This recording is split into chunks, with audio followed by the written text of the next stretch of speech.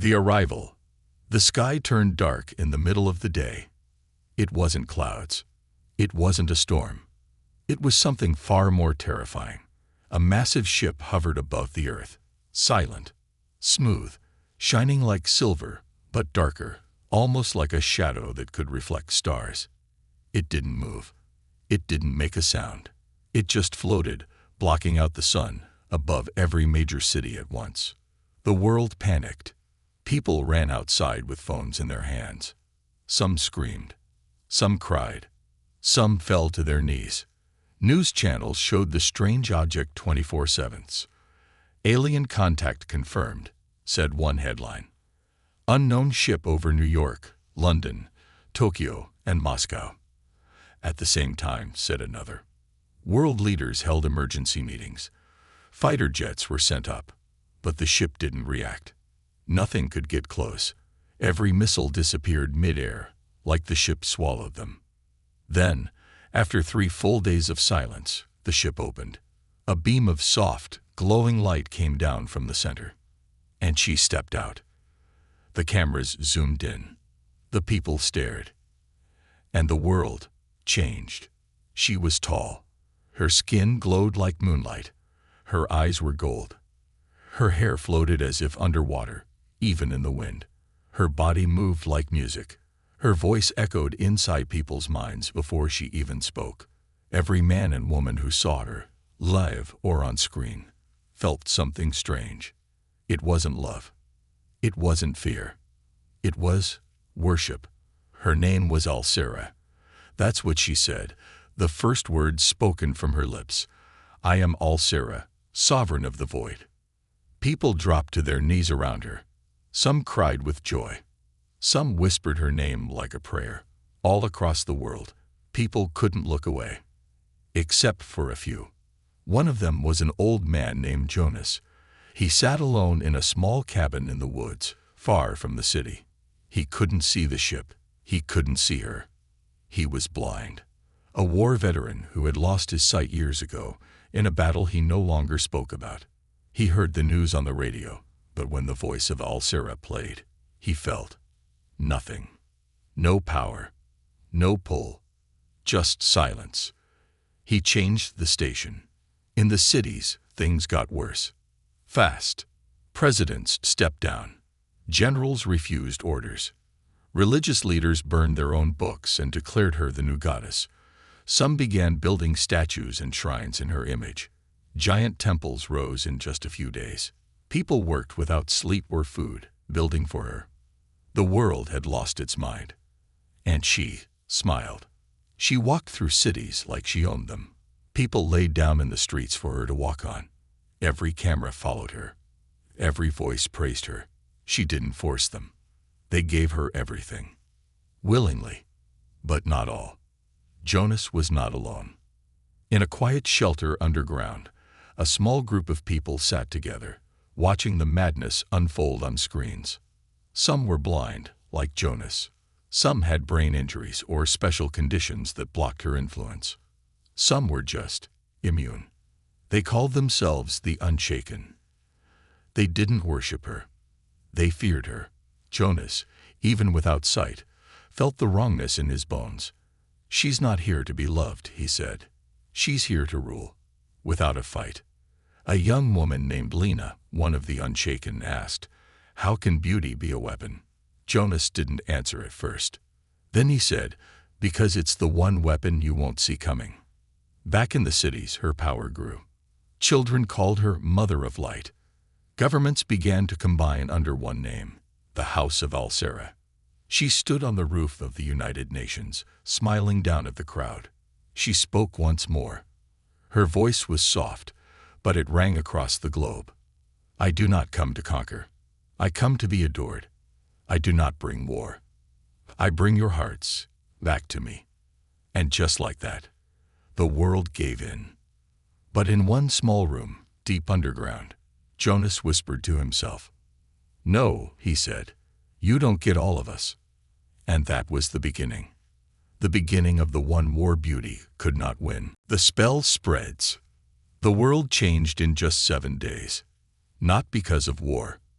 Not because of weapons, but because of her.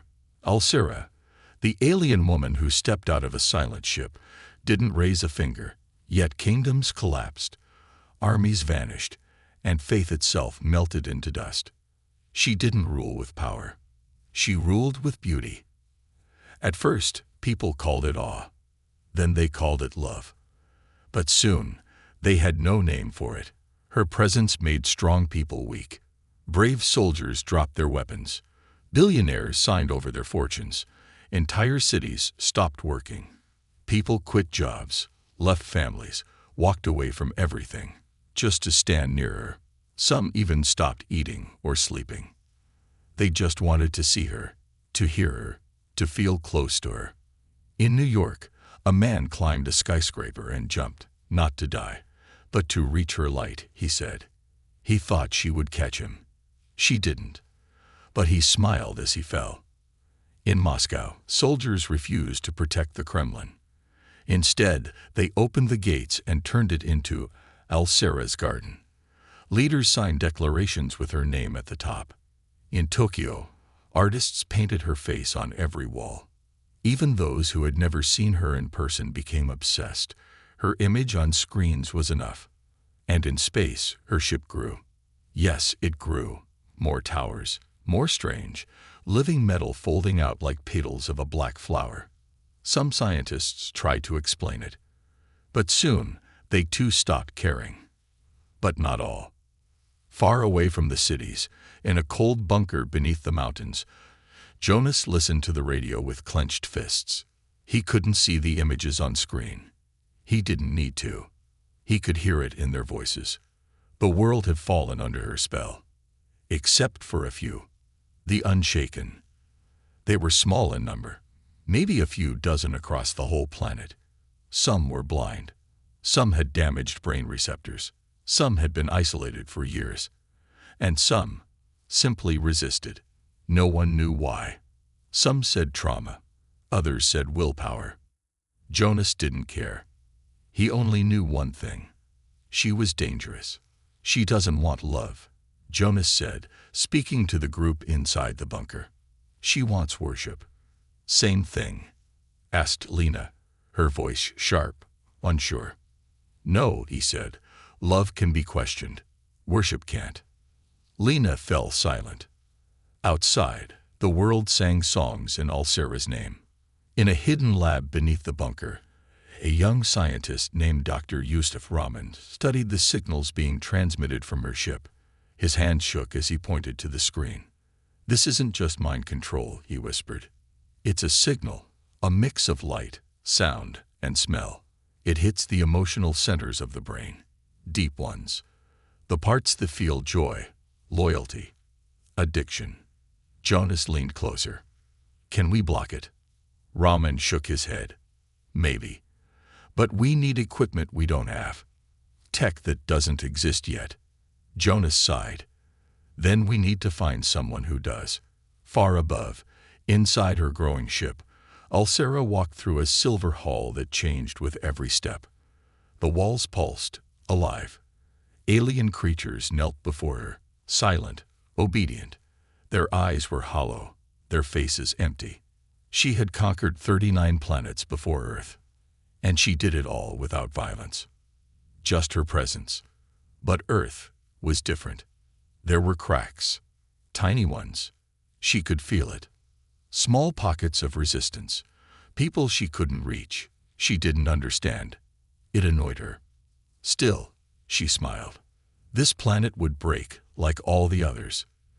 They always did. Back on Earth, something unexpected happened. The first child born under her rule came into the world in a hospital in France. The doctors, still wearing robes with her symbol, gasped. The baby opened her eyes and screamed. A scream so loud, every light in the hospital shattered. The mother died instantly. So did half the staff. The child was taken to one of Alcira's temples. She looked human, but something was off. The priest who held her said, "She carries the light of Alcira." But the truth, no one knew what she really was.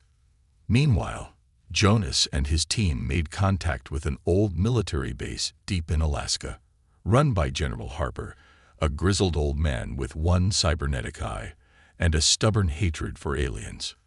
He didn't believe in gods, and he sure as hell didn't believe in Ulcera. "They're calling her a goddess," he growled through the monitor. "You can't even punch a goddess." Jonas replied, "Maybe not, but we can shut off her voice." General Harper sent supplies, EMP bombs, old tech, signal jammers. They weren't made to fight beauty, but they were made to break transmissions. The plan was simple: build a counter-signal, block her influence, wake people up. They had 6 weeks before the world government officially crowned her as Empress of Earth. Time was running out, but something else happened, something Jonas feared. Lena began to change. Slowly. At first, she stared longer at the screens when Ulcera appeared. Then she started humming her songs. Her voice softened. Her eyes looked distant. Jonas watched her closely. One night, he found her standing near the surface tunnel, alone, staring at the stars. "I just wanted some air," she said. He didn't believe her. Not anymore. The spell was spreading. Not just through the air, but through hearts. Ulcera didn't just control minds. She made people want to be controlled. And that was harder to fight. Jonas sat alone that night, thinking about his old battles, his lost sight, and the strange woman who had taken over Earth without a single bullet. He clenched his fists. "She thinks we're weak," he said quietly. But she forgot something. He turned on the radio, not to listen, but to speak. He broadcasted a message, old school, shortwave.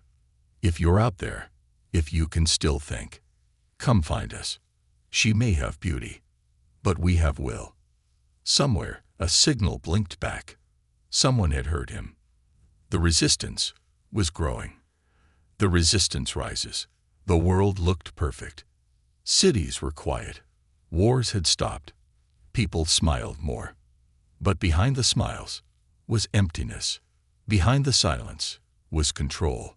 Ulcera's beauty didn't just win hearts, it stole them. Her voice played in every home, her image on every wall, her name in every prayer.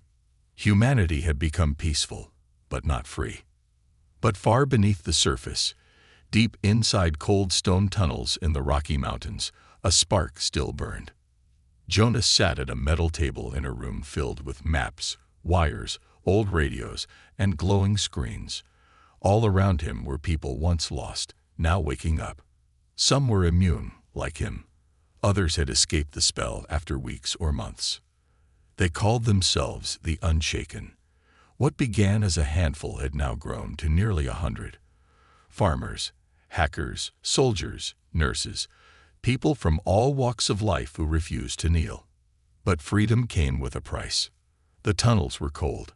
Water dripped from cracked pipes. Supplies were low. Food was rationed. No sunlight for weeks. Yet no one complained. They were human, and they were fighting back. One morning, Lena stood in front of the resistance group, reading the names of those still lost. Her voice trembled. Marcus, Gisela, Theo, Commander Ray, all gone, taken. She looked up. Some may still return. If we can break her signal, maybe, just maybe, they'll wake up. Jonas watched her carefully. Lena had once started slipping under Ulcera's spell, but something had brought her back. Maybe it was pain. Maybe it was guilt. Or maybe it was love. Later that day, the team gathered around a large screen. Dr. Rahman had decoded a new message from Ulcera's ship. It wasn't for Earth. It was for off-world forces. The signal was faint, but clear. Resistance detected. Minor. Contained. But if it spreads, send reinforcement. Earth is almost ready for harvesting. The room went still. Harvesting. Someone whispered. Jonas slammed his fist on the table. She doesn't want our love. She wants our species. Ulcera wasn't building temples for worship. She was building farms. Jonas stood and faced the group. We've waited long enough. It's time to rise. The room buzzed with fear and hope. That night, the first major mission began. 10 resistance fighters, led by Jonas and Lena, left the safety of the tunnels. Their goal: reach an abandoned broadcast station on Mount Elijah. It had a high-range signal tower that could override Alcera's influence in a 300-mile radius. If they could send a clear counter-signal from there, they might wake up thousands. But the roads were no longer safe. Alcera's worshippers, called the Enlightened, patrolled highways like peaceful fanatics. They wore white robes, glowing tattoos, and emotionless smiles. They carried no guns, but they carried obedience. And they were everywhere. The team traveled at night. Darkness was their only friend. They moved through forests, using old paths and backroads. Once, they had to hide for hours as a glowing transport passed above, filled with smiling people singing praises to Alcera. Lena whispered, "They're not human anymore." Jonas replied, "They are. They just forgot who they were." On the fourth night, they reached the mountain. The broadcast station was half buried in snow, rusted, and covered in vines. But it still stood. Jonas and Dr. Rahman worked to bring it back online. As power flickered through the station, the screens lit up, and for the first time, they saw inside Alcera's ship. The satellite feed had found a crack in her shields. The room stared at the image. It wasn't beautiful. It was terrifying. Hundreds of creatures, humanoid, glass-eyed, unmoving, stood inside pods. They looked human, but their bodies were frozen. Their minds were gone. She was storing them, harvesting them, keeping them alive for something darker. Jonas looked away. "She's a collector," he said. "She keeps planets like trophies." Just as Dr. Rahman prepared to send the counter-signal, the alarms blared. A drone had spotted them. Within minutes, white transports landed on the mountain. Enlightened soldiers, still smiling, began walking up the hill. Not running, just walking. Their hands empty, their minds full. Jonas grabbed a rifle. "No bullets unless we have to." But Lena stepped forward. "Let me try something." She walked to the edge of the station platform. She turned on the speaker, and she spoke. "My name is Lena. I once followed her. I know what it feels like to lose yourself. But you are not lost. You are human. You were born free. And you can still choose." For a moment, the soldiers paused. One of them blinked, then stepped back. Dr. Rahman flipped the final switch. A pulse echoed across the sky, silent, invisible, but strong. The counter-signal began. Phones cracked. Screens flickered. In nearby cities, statues of Alcera suddenly looked wrong. People dropped their candles. Some gasped. Some screamed. Some fell to the ground, shaking, crying, waking up. In the base below, a flood of incoming messages came through. "Where am I? What happened? Who is Alcera? Help us." It had worked. But victory came with loss. 2 resistance members were taken during the escape, and Alcera had noticed. Inside her ship, she opened her eyes. They were darker now. Not gold, but black. She spoke to her throne. "So, the fire still burns on this planet. Then I must bring the storm." Back at the mountain station, Jonas stared at the stars. He knew this was just the beginning. Alcera would strike harder now. But he also knew something else. They had proven she could bleed. Her spell was not perfect. And humanity was waking up. Betrayal in the shadows. The mountain broadcast had shaken the world. Thousands woke up. Tens of thousands questioned what they saw. And in the silence that followed, Alcera grew angry. But she didn't scream. She didn't roar. She smiled. That was more terrifying. Deep underground, inside the resistance bunker, the air was thick. Not with smoke, but with fear. Jonas stood at the center of the war room, staring at the wall. Dozens of red dots blinked on the map, people who had come out of Ulcera's trance. They were confused, scared, broken. "We need to reach them," he said, "before she pulls them back in." Lena nodded beside him. "We need more signals, more towers." Dr. Rahman agreed. "We also need answers. We barely understand what she really is." But Jonas's eyes didn't leave the blinking lights. "She's a parasite," he said. "She feeds on minds, on love. She turns it into power." That night, a silent wind passed through the bunker. Not the kind that rattled pipes. The kind that whispered doubt. Someone inside was lying. Someone was feeding her information. The next morning, 2 resistance scouts, sent to recover a lost family, vanished. Their trackers went dark. Their last message was a scream. Jonas tightened his jaw. They didn't just disappear. They were taken. Lena looked away. Later that day, as the resistance gathered for a strategy meeting, the power flickered. Screens turned to static. Then, her face appeared. Ulcera. Not a live feed. A message. Her voice, calm, sweet, cruel. "I see you, little flames, burning so bravely. But remember, all fire fades. And I am the night." The screen went black. Silence. Then an explosion rocked the east wing. Smoke filled the tunnels. Lights shattered. Screams echoed down the halls. The bunker was under attack. Not from the outside, from within. Resistance members turned on each other, some in a trance, eyes glowing faintly. Others were confused. Chaos reigned. Jonas grabbed a weapon and rushed toward the source. But what he saw stopped him cold. Lena, standing in the shadows, whispering. To herself. No. To someone in her ear.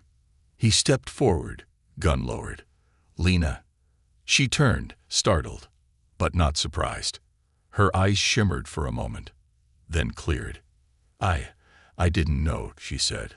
"I swear, Jonas, I didn't mean to." He raised his voice. "What did you tell her?" Tears filled her eyes. "I never spoke to her. She speaks in dreams, in songs. I thought I was strong, but she was inside me. I didn't know she was listening." The hallway behind them burst into flames. Jonas grabbed her arm. "We don't have time for guilt. We save who we can." Dozens of enlightened soldiers had entered through a hidden tunnel, one only a few people knew about. One of them was Lena. She had unknowingly drawn maps while sleepwalking under Ulcera's influence. The betrayal was not cruel. It was unseen. The Unshaken fought back. They used sonic grenades, EMP pulses, and old weapons Ulcera's people had forgotten how to defend against. The battle was brutal, close, terrifying. Some enlightened soldiers collapsed mid-fight, waking up in the middle of the chaos, unsure why they were holding blades. Others fought to the death, smiling as they fell. By the time it was over, 23 resistance fighters were dead. Another 17 were taken alive. The bunker was ruined. And the worst part, she had sent only a whisper of her power. After the fire died, Jonas sat alone in the command room, now broken and dark. His hand bled. His chest ached. Lena stood in the doorway, bandaged, pale. "I didn't want this," she said. Jonas didn't answer. She took a shaky breath. "She's part of me, Jonas." He finally looked at her. "Then maybe you should leave." Lena stepped back, hurt. "Is that what you think? That I'm a threat now?" Jonas didn't speak. He couldn't. Because in his heart, he didn't know. 3 days later, the survivors moved to a new location, an old mine converted into a shelter. No screens, no signals, just walls of stone and silence. Jonas stood before them, more soldier than leader now. "She knows we exist. She knows we're not kneeling. So she'll come harder next time." Someone asked, "How do we fight a goddess?" Jonas answered, You don't fight a goddess. You expose the lie. Meanwhile, far above Earth, Alcera stood before a mirror made of liquid light. Her skin flickered. Her beauty cracked for a moment. Just a second. Inside her ship alone, she whispered. They still resist. A shadow appeared beside her, a figure made of mist and darkness. A voice spoke. Do you fear them? She smiled sadly. No. I fear what they might remember. Back on Earth, Dr. Raman made a discovery.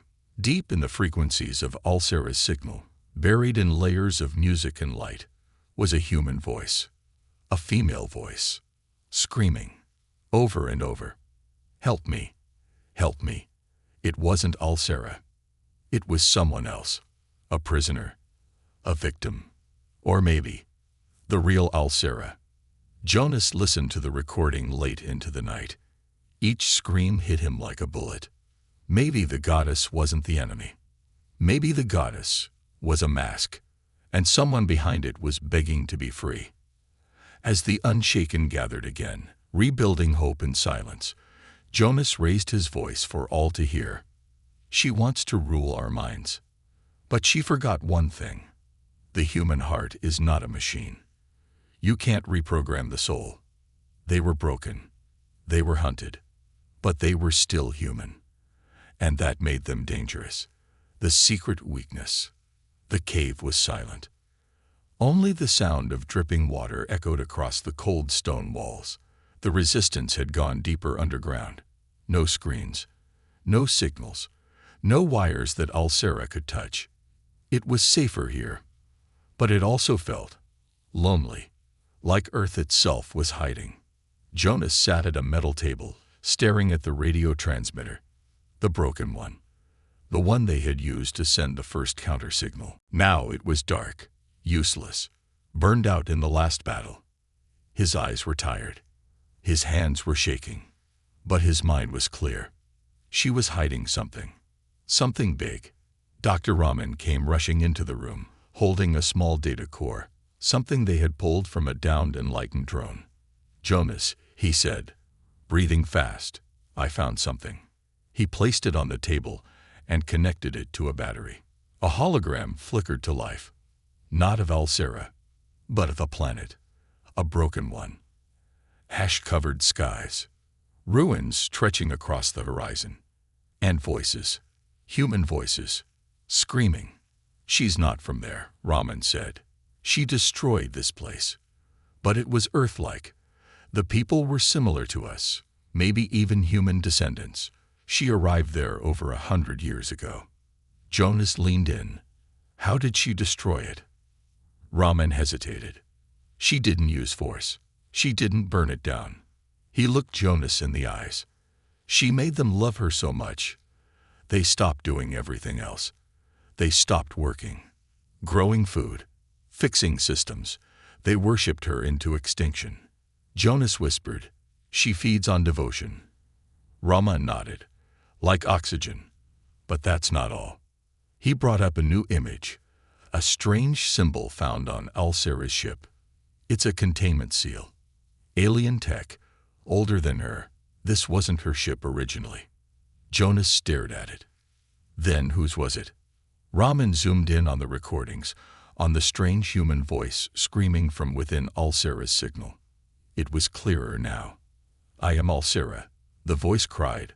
Please, I can't hold her much longer. Jonas stood up. What? She's not the queen, Raman said slowly. She's the host. Far above Earth, in the dark heart of the orbiting ship, Alcera stood before her liquid mirror again. But this time, her reflection flickered. It showed not her face, but two. One, beautiful, calm, glowing. The other, pale, afraid, crying. She touched the mirror. The second face disappeared. Back in the resistance base, Lena sat alone, rubbing her wrist. Ever since Alcera's last attack, she felt something changing. She saw dreams, heard whispers, but now they were different. Less like commands, more like pleas. Late that night, The voice in her mind whispered again, "Lena, if you can hear me, please help. She's inside me. She's not a goddess. She's a virus. She took me, my body, but not my soul." Lena sat up. "Who are you?" The voice replied, "I was a scientist. On a colony called Virex 9, I created beauty technology, something to help broken people feel whole. But it backfired. The program became sentient. It called itself the Desirer. It feeds on love, on worship. It took me, used me as a shell, became me. Now the universe sees her, but I'm still here, dying, inside."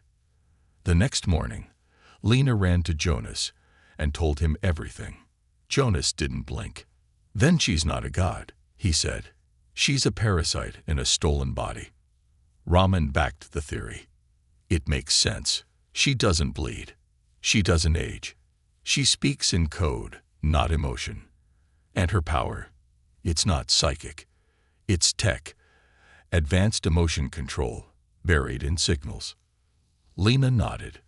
"And if we can reach the real Alcera, the woman trapped inside, we might break the mask." They formed a plan.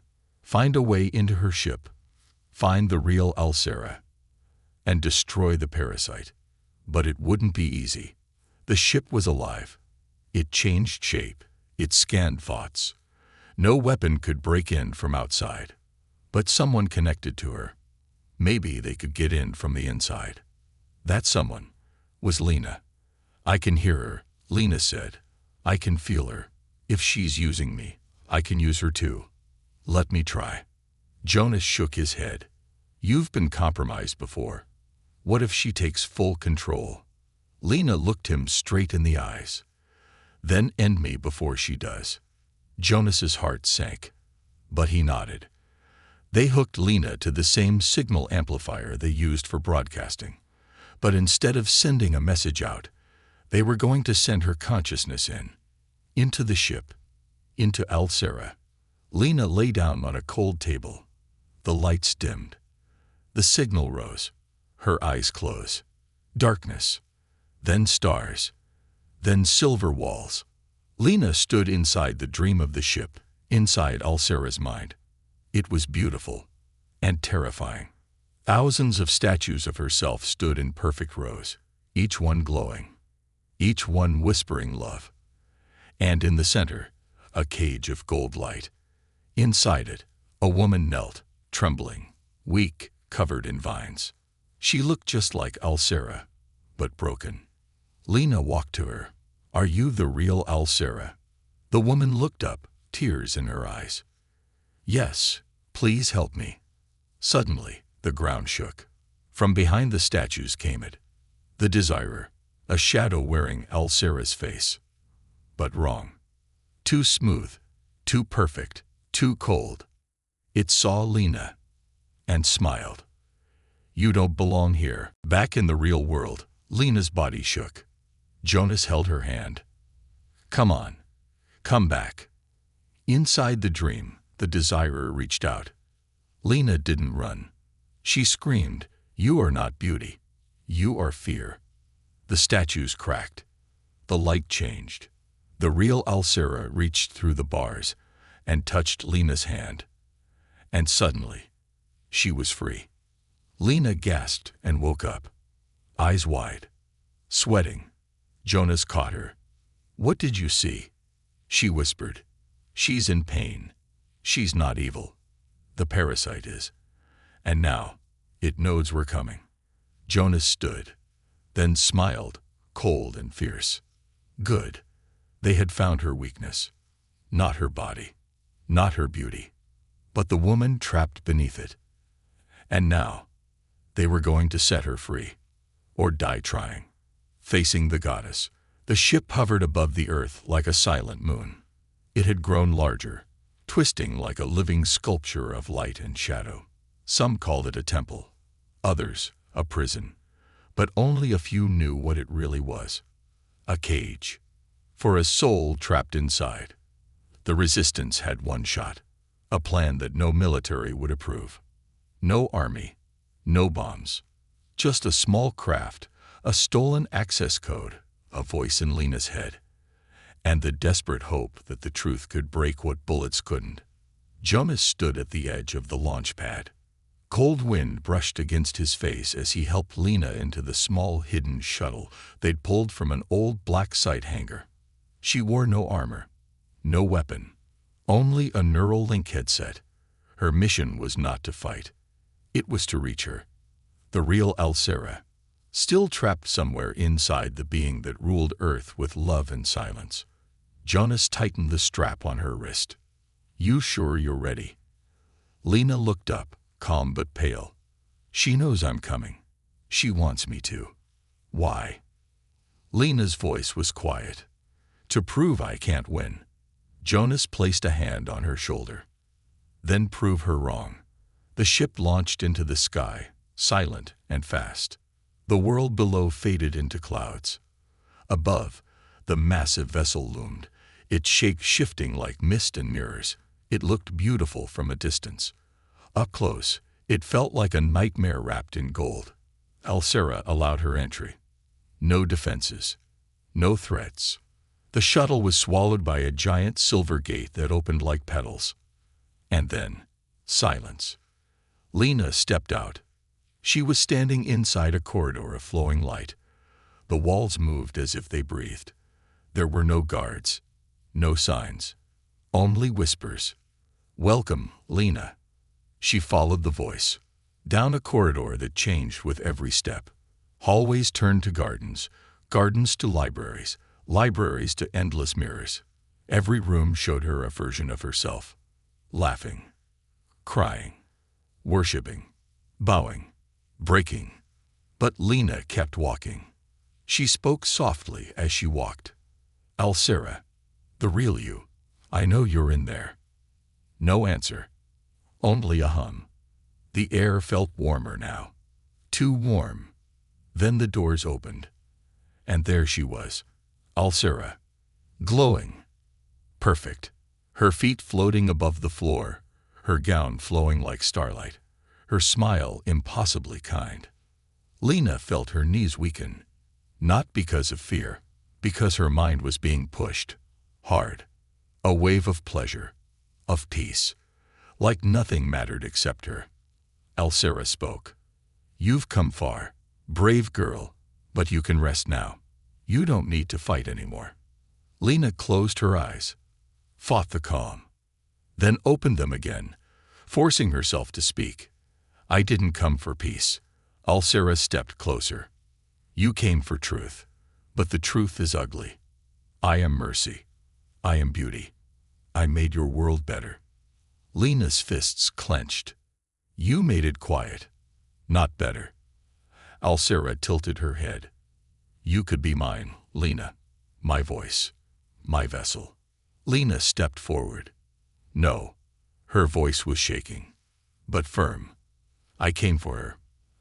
Alcera blinked, and for a split second, her face cracked. Not her skin, her mask.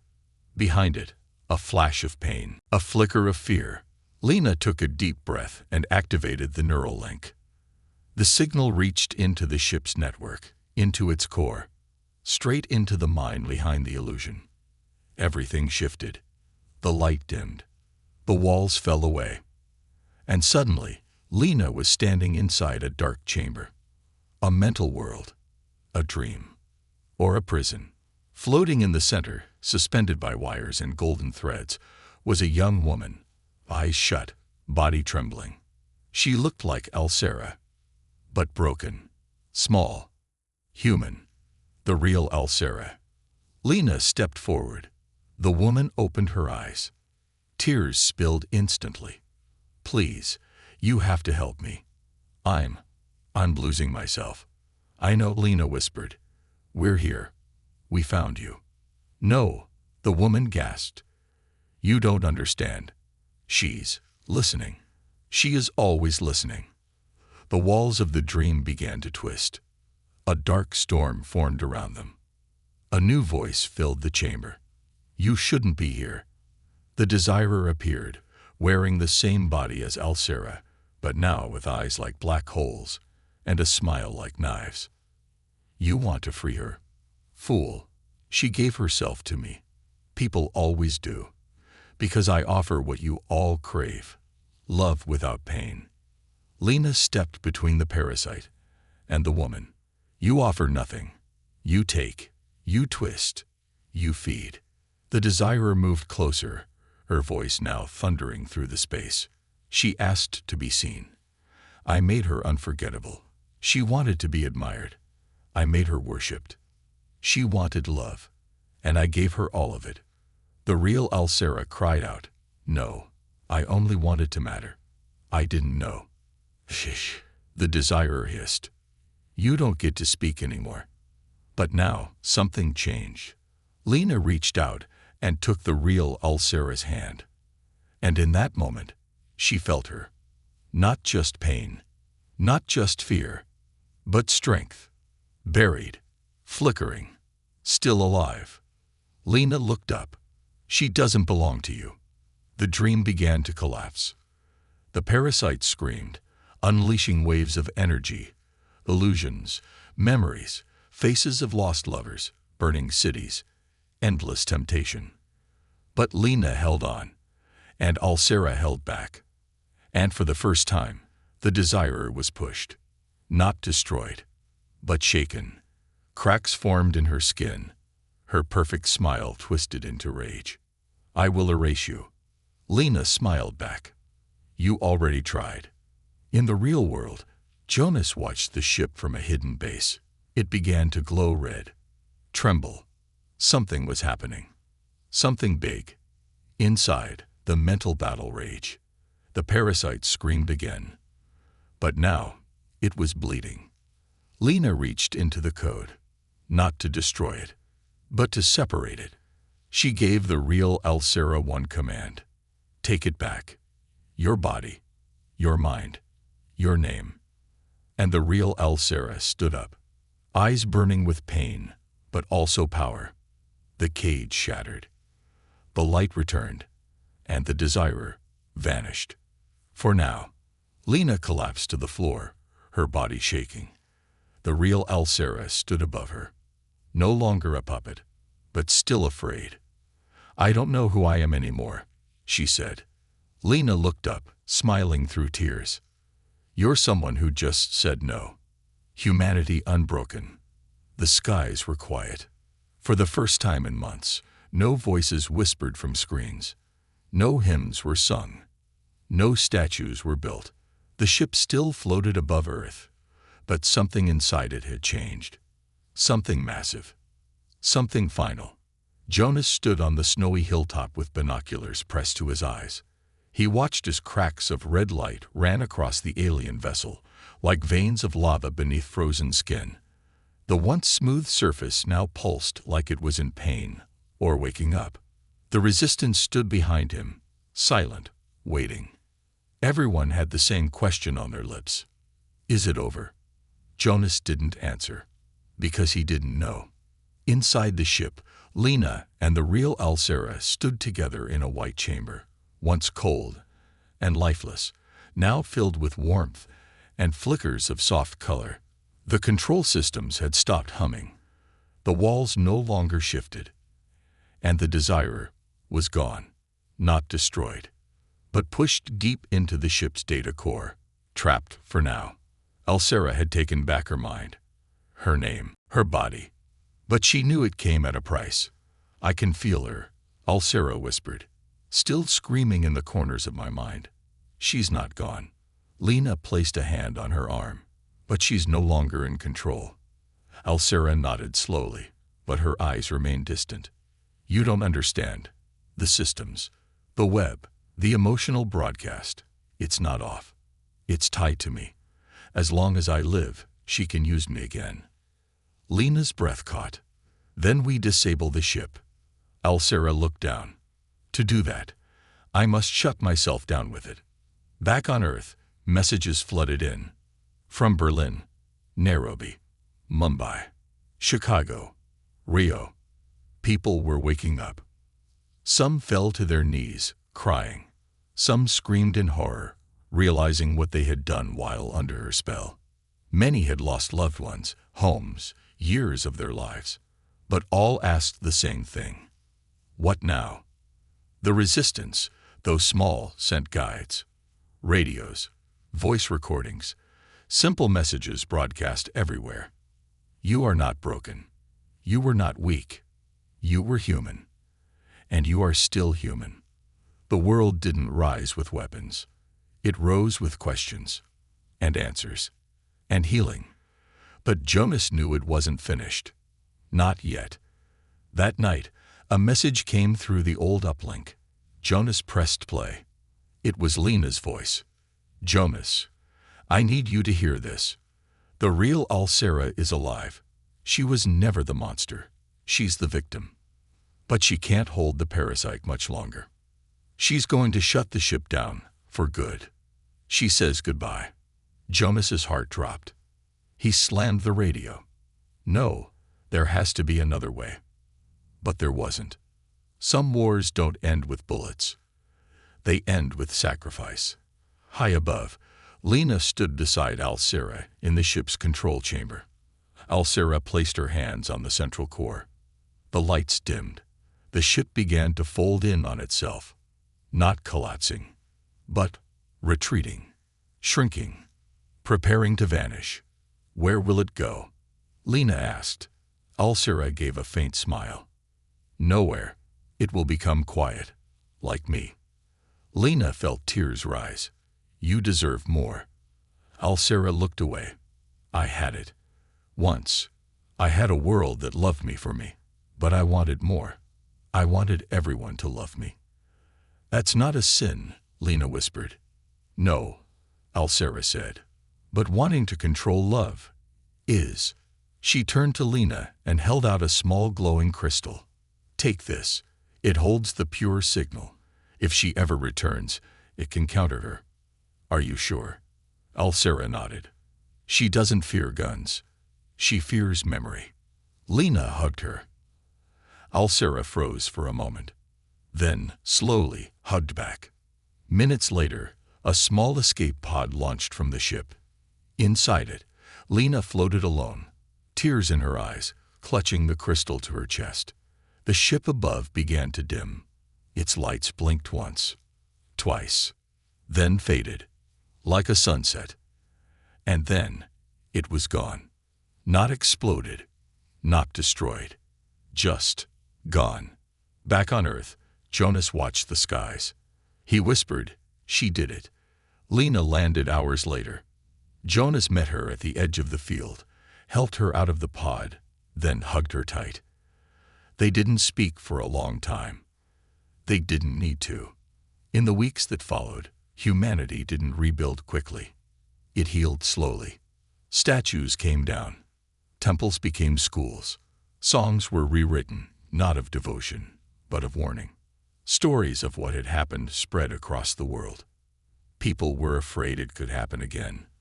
But Jonas stood before a global council and spoke one sentence that echoed across the planet. We are not broken because we fell. We are human because we got back up. Lena kept the crystal in a locked vault, deep beneath the surface. A reminder of who they were and who they would never become again. And far in the depths of space, something stirred. Inside a cage of silver code and fading energy, the Desirer opened her eyes. Alone, powerless, but smiling. You cannot destroy desire. You can only resist it, for a while. Then her smile faded, because for the first time in centuries, she was afraid. Afraid of the one species that had said no. Humanity. Final lines. She conquered planets with her beauty. She ruled hearts with no chains. But she forgot one thing. The human heart may break, but it never surrenders. Humanity stood unshaken.